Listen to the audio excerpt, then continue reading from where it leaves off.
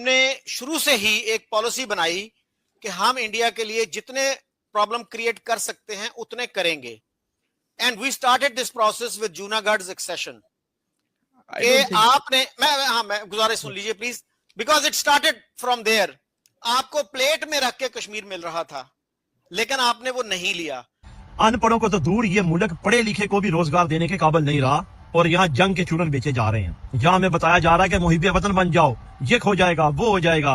और मेरे भाई, जो रियासत अपने नौजवान को रोजगार भी ना दे सके, उसको अच्छा फ्यूचर भी ना दे सके, उसको सिक्योरिटी, तालीम और सेहत भी ना दे सके, आप उसको ये सिखाएंगे कि तुम मोहब्बत करने वाले बन जाओ मुल्क के साथ? हाँ जी, वो सीधा सीधा कह रहे हैं सुख चैन की जिंदगी जियो ना, मेरी गोली तो है ही है तुम्हारे लिए। अगर जंग का बुखार आपके सिर से उतर गया हो ना, तो आप रियलिटी भी सुन लें कि पिछले 2 माह के अंदर पाकिस्तान में से 1,72,000 पाकिस्तानी नौजवान पढ़े लिखे इंजीनियर डिग्री होल्डर मुल्क छोड़कर चले गए हैं। किसके लिए?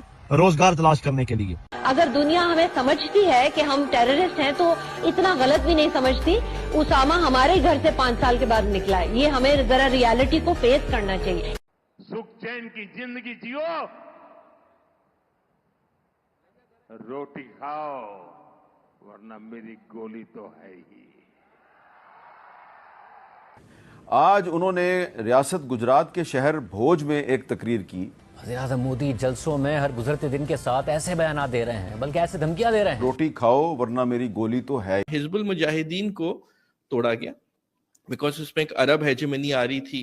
ओसामा बिन लादेन वो सपोर्टिंग दोज एलिमेंट्स, और उसे ब्रेकअप करके मसूद अजहर को सपोर्ट किया गया, और that was a part of a national security doctrine at one time.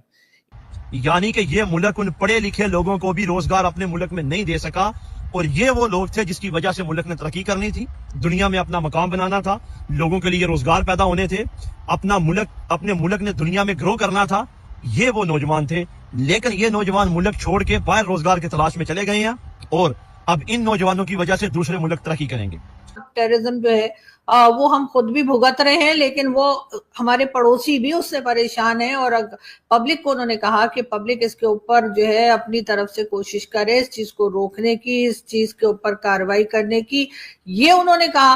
और उन्होंने ये भी कहा कि अगर मतलब उनकी बात का जो मतलब मुझे लगा कि अगर पब्लिक नहीं कर पाती, यूथ जो है वो बाहर नहीं निकलती, पाकिस्तान की नहीं करती, तो उन्होंने कहा मेरे पास गोली है। मतलब कि फिर यही होगा कि भारत कार्रवाई करेगा इस तरह के लोगों के ऊपर।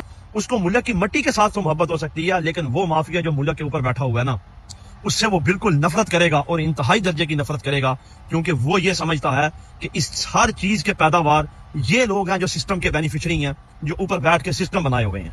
अब ये लोग, इन्होंने बहुत सारे ऐसे होंगे जिन्होंने इस मुल्क में नौकरियां तलाश की, कारोबार तलाश किए, लेकिन उनको धक्के दिए गए, उनको दुदकारा गया। 2-2 टके के लोग अनपढ़ जो उनकी डिग्रियां चेक करते होंगे, वो उनको दुदकारते होंगे, और आखिरकार ये लोग अपनी किस्मत का रोना रोते हुए मुल्क छोड़ के चले गए। हाँ जी, ये चूरन बेचना बंद कर दो और हकीकत को देखो, तुम कहां जा रहे हो, किस गड्ढे में गिरते जा रहे हो, अपना एहतसाब करो। राइटअप लिखा जो मुझे किसी ने फॉरवर्ड किया सोशल मीडिया पे, जिसमें आपने दूसरी चीजों के अलावा ये लिखा कि India does not want coexistence with Pakistan, it wants domination.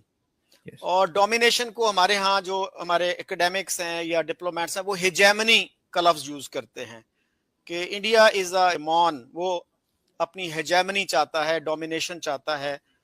तो ये जो चीज है बड़ी सब्जेक्टिव है, हेजेमनी वाली, डोमिनेशन वाली। मतलब बहुत से मुल्क हैं जो समझते हैं कि चाइना इज अ हेजेमॉन, लेकिन पाकिस्तान में शायद कोई एग्री ना करे इससे। Specially if you have a good opinion about China, तो यू विल नॉट से कि जी ये हेजेमॉन है। वियतनाम में किसी से पूछे, लोग शायद ये कहें कि चाइना इज अ हेजेमॉन। ताइवान में पूछ सकते हैं जी। तो वो जो है, जैसे चाइना ने अटैक भी किया था वियतनाम पे 1979 में। तो ये जो चीज है, क्या आप समझते हैं कि यही सबसे बड़ी रुकावट है, या अगर हम अच्छे ताल्लुकात कायम कर लेते इंडिया से, हमारा ज्यादा फायदा होता और हम इस डिबेट में ना पड़ते कि ये डोमिनेशन है, हिजेमनी है, या कोएग्जिस्टेंस है, या फ्रेंडशिप है? देखिए, बहुत ही अच्छा सवाल। जो हेजमनी है, आपने चाइना की बात की, बिकॉज एक वो चाइना रीजनल पावर है और है India wants to emerge as a regional power, मैं समझता हूँ कि वो है एक बहुत बड़ा मुल्क है, $1.4 बिलियन है, you're talking about an economy which is $4.55 trillion and growing with 6%. तो जो हेजमनी वाला सवाल, पहले मैं थोड़ा सा बताता चलूं कि मेरे पर्सनल जो मेरा ताल्लुक जो है वो हमारी फैमिली का खुद भी हिंदुस्तान से है, और my family came from Fatehpur Sikri, my Nanyal is from Meerut. In fact, Nasiruddin Shah, General Zamiruddin Shah are our relatives living in India. Here on this side, we have a lot of family who are into different agencies, security agencies, work for Pakistan and do. So I've been to India, और मेरे जो views हैं वो जो हैं वो जाहिर बात है कि you cannot keep same set of views.